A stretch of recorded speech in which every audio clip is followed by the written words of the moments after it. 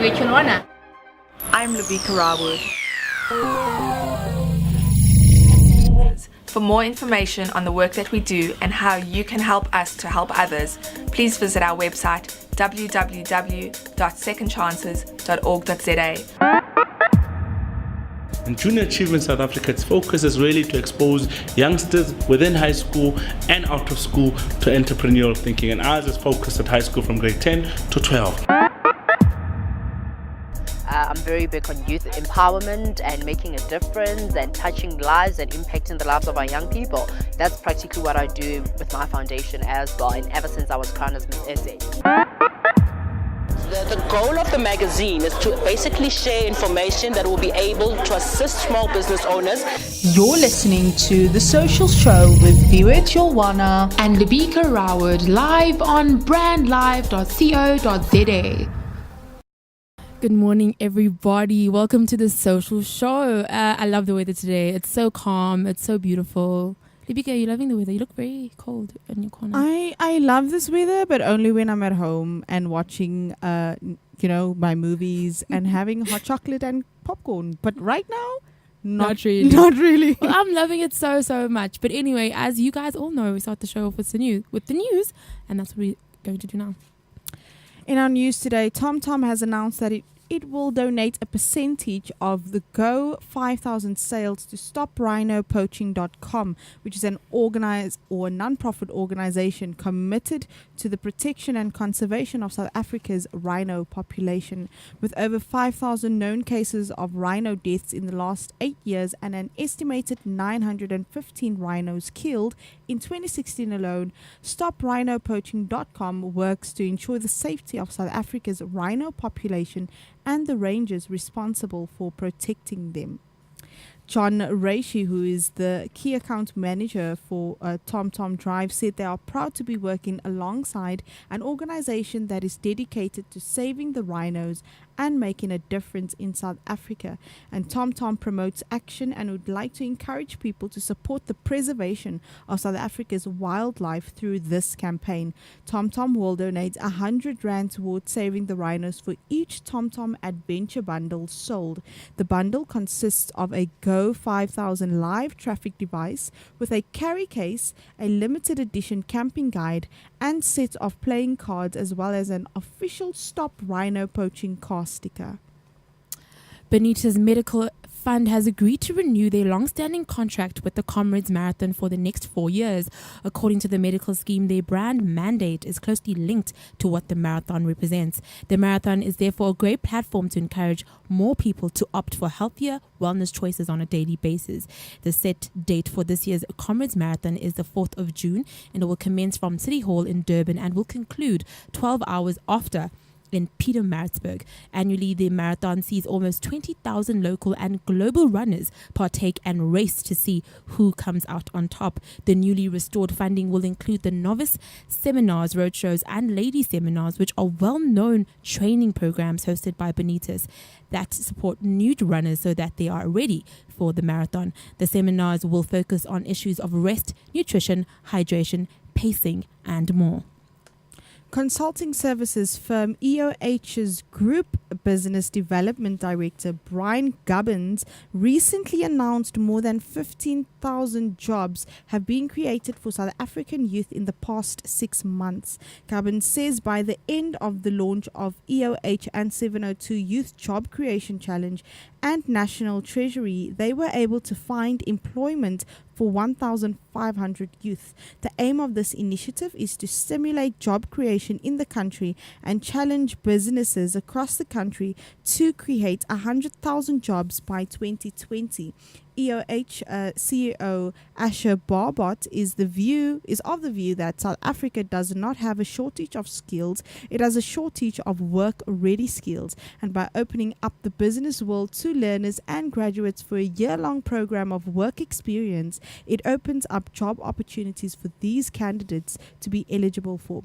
EOH and 702 continue to encourage CEOs from all industries to get involved with the EOH 702 Youth Job Creation Challenge to help create opportunities and jobs for the youth of South Africa.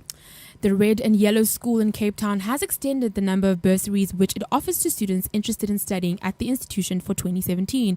Now, according to Rob Stokes, chairman of the Red and Yellow School, the bursaries will cover a BA in Visual Communications, a diploma in Copywriting, and a diploma in Marketing and Advertising Communications. Now, due to the high demand for these qualifications, students are encouraged to apply as soon as possible to secure their chances for obtaining the bursaries. According to Stokes, for the past 23 years, Red and Yellow has shaped the creative and advertising industries by training remarkable talent driven to make a difference in the world. Now, the bursary extension follows the reveal of the school's new Cape Town campus, which promises to inspire the scholars with its real-life working world atmosphere. Now, students will work through real brand projects and will get to network with various thought leaders and industry experts at the newly developed institution. Applications can be accessed on the Red and Yellow School website. And that's our news wrap up for the day. Have you ever thought about the power of social media? Social media has the power to make your business grow. Grow! Yeah.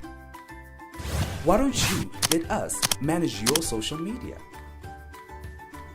Because our business is to see your business grow. Visit us at www.bstownmedia.co.za. Okay, so there's something that we'd really like to highlight, something that just came out in the news. I'm not sure if many of you know about this, but it's something that's very, very serious And sensitive. and sensitive, you know, and we just it's kind of difficult to talk about something like this without offending a lot of people. So we're gonna try and, you know, not give our opinions or whatever the case may be, but also what we try and do on the show is obviously get an expert, which we hope we will get after the show. But I'm not sure if you know that the Women's Legal Center announced that there will be serious ramifications for women in developing countries following the decision by US President Donald Trump to reinstate the so-called global gag rule on abortion. Now, the global gag rule basically prevents the channeling of any funding from the US government to any international NGO which promotes or performs abortions. Now, according to the Women's Legal Center, Bronwyn Pythie, the South African healthcare organizations have relied heavily on funding from the US, and concerns have obviously been raised over the potential rise in unwanted pregnancies, unsafe abortions, and the deaths of pregnant women. So this, I don't know, does this call for chaos? Because we've been receiving funding from America, you know, regarding abortion clinics and that kind of thing. So is it safe to say that if we don't receive funding, if that funding stops, What happens? Well, I don't know, because I know in 2013 and 2011 to 2013, the Department of Health was worried about the increase in abortions, right? Oh. And how, you know, women in South Africa specifically are having unprotected sex, and this also exposes them to HIV and AIDS. Now, the Department of Health said a total of over 80,000 legal abortions were performed in South Africa in 2011, which indicated a 31% increase from the previous year. And obviously this has been growing every single year. So basically it's a really big issue, because if you have over 100 legal abortions happening every year and then the funding stops, what happens to all those people that are engaging in the abortions? What happens to the people who are, you know, it's a very difficult thing to talk about, who choose not to have the child? Do they just get neglected? I mean, there's so many issues that around abortion and the safety around abortion in South Africa that I feel like it's gonna cause a growth in the worst part of abortion. You know what I mean? I agree with you. And a lot of people will probably say, well, we're not receiving funding. Abortion isn't really something that everyone is on everyone's plate. So we should actually just raise more awareness about not having abortions, blah, blah, blah, blah. But I think that's really ignorant. It really is. Because sometimes it just happens. People get raped, you know, and there are Incest.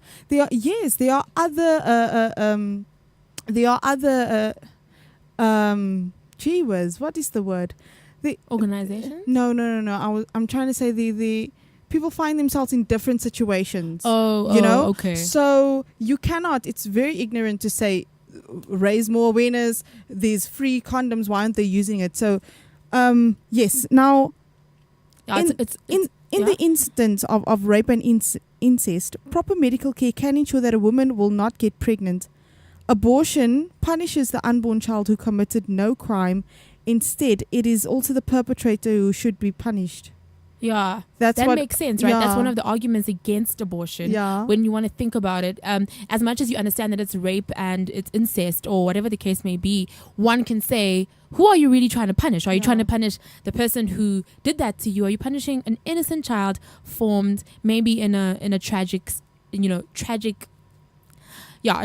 situation like you're talking about, right? Yeah. Abortions have been legal for 19 years in South Africa.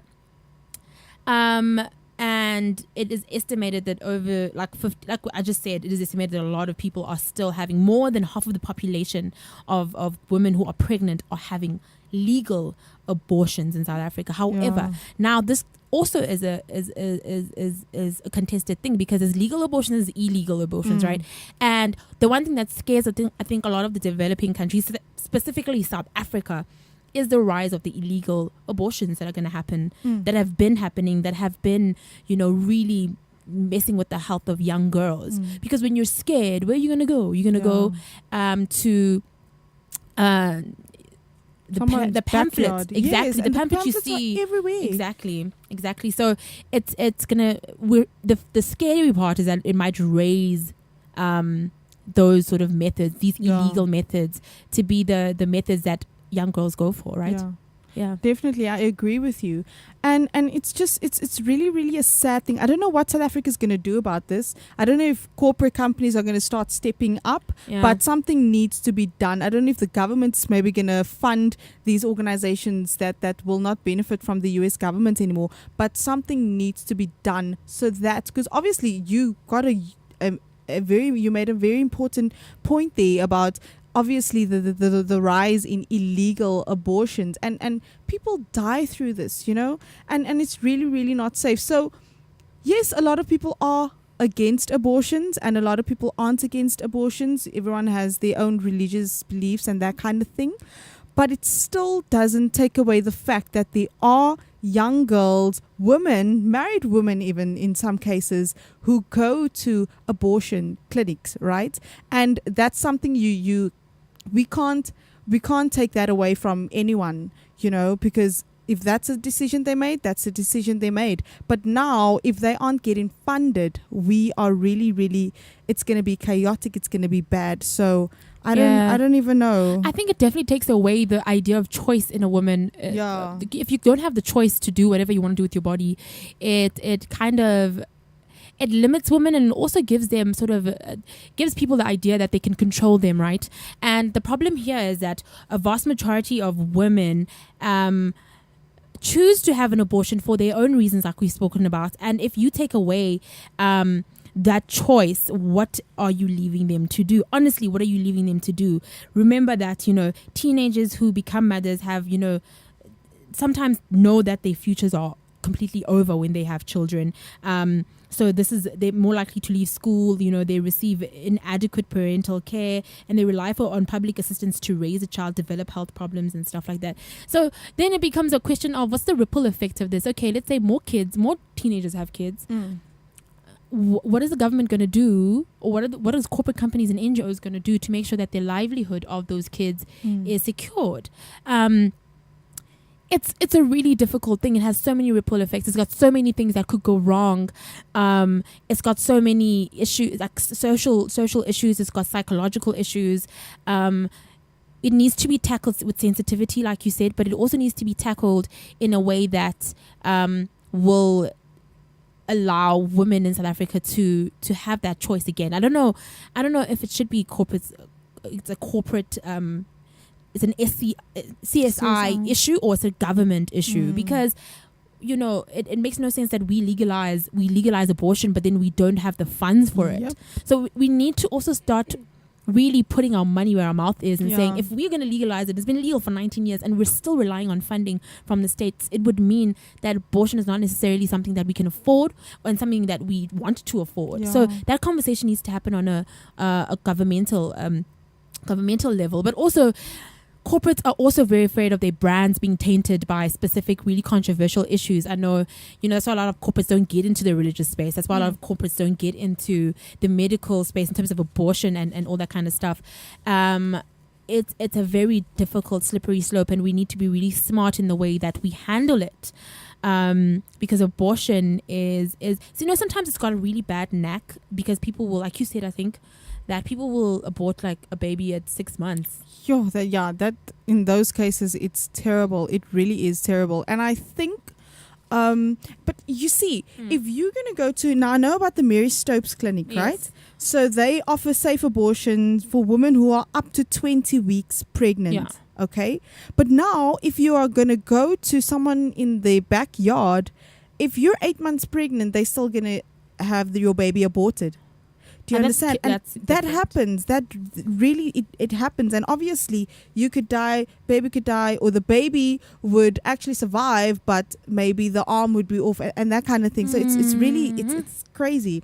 But yes, there are instances where people have their babies aborted when they're about to pop, basically, and that is why safe abortion clinics are so important. Exactly. Because they can guide you and they can tell you it's not advisable. Okay, if you still don't want the child, give it up for adoption. But if you're doing it in someone's backyard, they're not going to tell you all of this. They just want to make the money.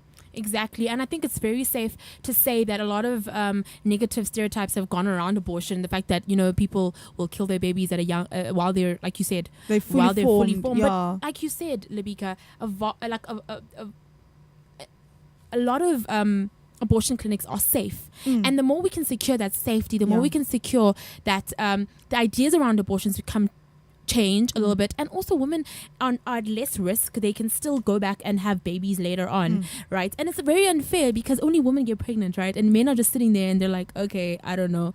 And you might find yourself in a situation where you don't want to have a baby and your boyfriend wants to have the baby, and you know what it means for you, or you might have an issue somewhere or whatever the case may be, and you not having that choice will lead them to do really, really crazy things. I know people Google some stuff and then they drink it, or they perform their own sort of really sordid unsafe ways of trying to diminish the pregnancy. And this is why we need that option of a safe, reliable abortion clinic that can, if that's what you're going to do, because at the end of the day, if you have chosen to do an abortion, that's what you're going to do.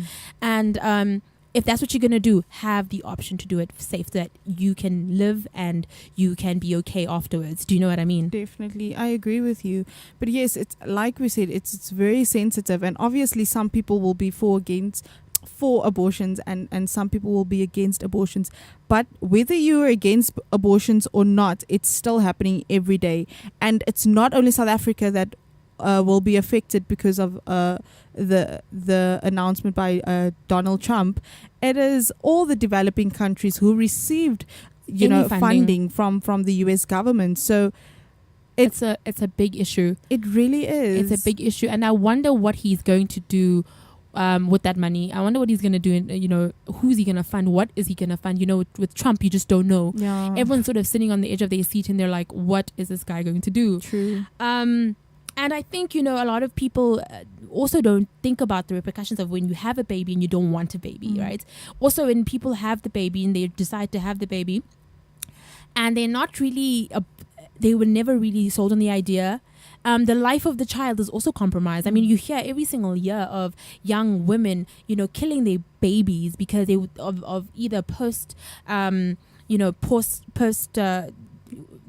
Is it postnatal syndrome? Yes, that as well. A lot of they get depressed, they get unhappy because they had this baby and they didn't really want this baby. They couldn't really adopt the baby because of family or whatever the case may be. You find them putting them in freezers, killing them, and all these other really crazy things. So even though you've secured the life of a baby, you don't secure the quality of life. And that's also something that we need to also look at when we talk about abortion, right? When a woman stands up and says, you know what, I can't handle this and there's no way out of it, and I'm in my first trimester, the baby is hardly, really developed, I need to make a decision that's pro me as well. We need to be able to say, okay, that's what she chose to do. And there's, like you said, there's a lot of religious ways to look at it. There's so many arguments for it, but at the end of the day, you live with the decision you've made, and you choose to do whatever it is that you choose to do. And we can't take away the right for women to choose, right? We can't take that away. Once we take that away, we have really crippled them, I think. True. And I feel like if you are going to if you're going to take away funding for abortion clinics, then say, okay, I don't want abortions anymore, but I'm going to start safe havens for mothers. Try and give us a solution, because you're taking away something that people have gone to for years, and people have relied on, and that kind of thing. And now you're taking it away, but you're not giving them an alternative. And that is why we find cases where last week, or was the week before, where in Westbury they found a baby in the dustbin. You get these cases. So yes, okay, if for religious purposes you really feel like abortion should not be legalized and that kind of thing, then start opening organizations where they help the mothers, or where it's adoption houses or something like that.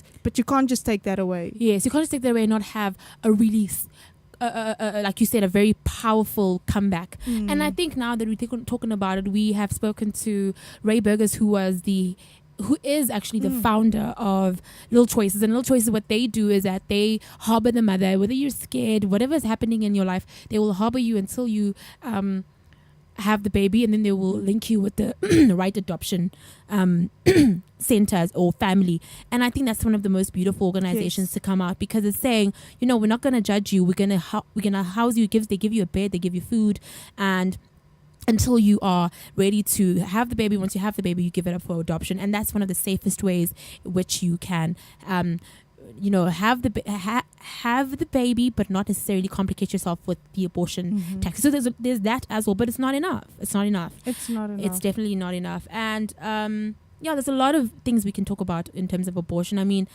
a lot of people are mentally and physically scarred by it. A lot of people, if you're talking about against, people who might be happy about the funding stopping, might speak about, it's pro-life, arguments to say we cannot have women killing babies that they didn't really make on their own.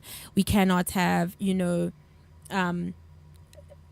a lot of different arguments. I really don't want to get into it until we have an expert on the show to really speak about the pros and the cons of abortion. But at the end of the day, this funding that's stopping is going to really affect South Africa. Definitely, and other developing countries. Definitely. But yes, please join the conversation. Let us know, is the decision by Donald Trump an assertive one, a good one? But let us know your thoughts. At Social One TV on Twitter, at TV_CSI on Instagram, and Social TV on Facebook. It is really sensitive. But we'd like to hear your comments, your views, what you think, about this topic. But yes, I think what we're going to try and do now, seeing that we have a lot of questions that are unanswered, and obviously Viu and I are not experts within, abortion clinics and that kind of thing. So what we're going to try and do is get someone from an abortion clinic who probably received funding from the US government and hear how it will affect them. Will it affect them? Will it not? And that kind of thing. And who they think needs to step in and really take that onus to say, we're going to keep on funding these abortion clinics. Who is going to step up? You wonder if it's going to be the UN's problem? Is it going to be a governmental problem? Is it going to be other countries within Africa? Are we going to be the place where Africans look into what is going to happen with this funding that is now recently stopped? It's up in the air at the moment. Yep. So that's what we're going to try and do. And yes, join the conversation. Hashtag Brand Live and hashtag Social Show. Stay warm today until tomorrow. Tot ziens. The Social Show is the only show that gives you updated content on all things CSI. The show will interrogate and report on the latest initiatives that are supported, developed, and initiated by the public and private sector. Hosted by myself, Viwe Cholwana, And me, Lebika Robert, every week from 4 to 5 p.m. Hear it on brandlive.co.za. See it on social-tv.co.za. brandlive.co.za, harnessing the power of talk radio.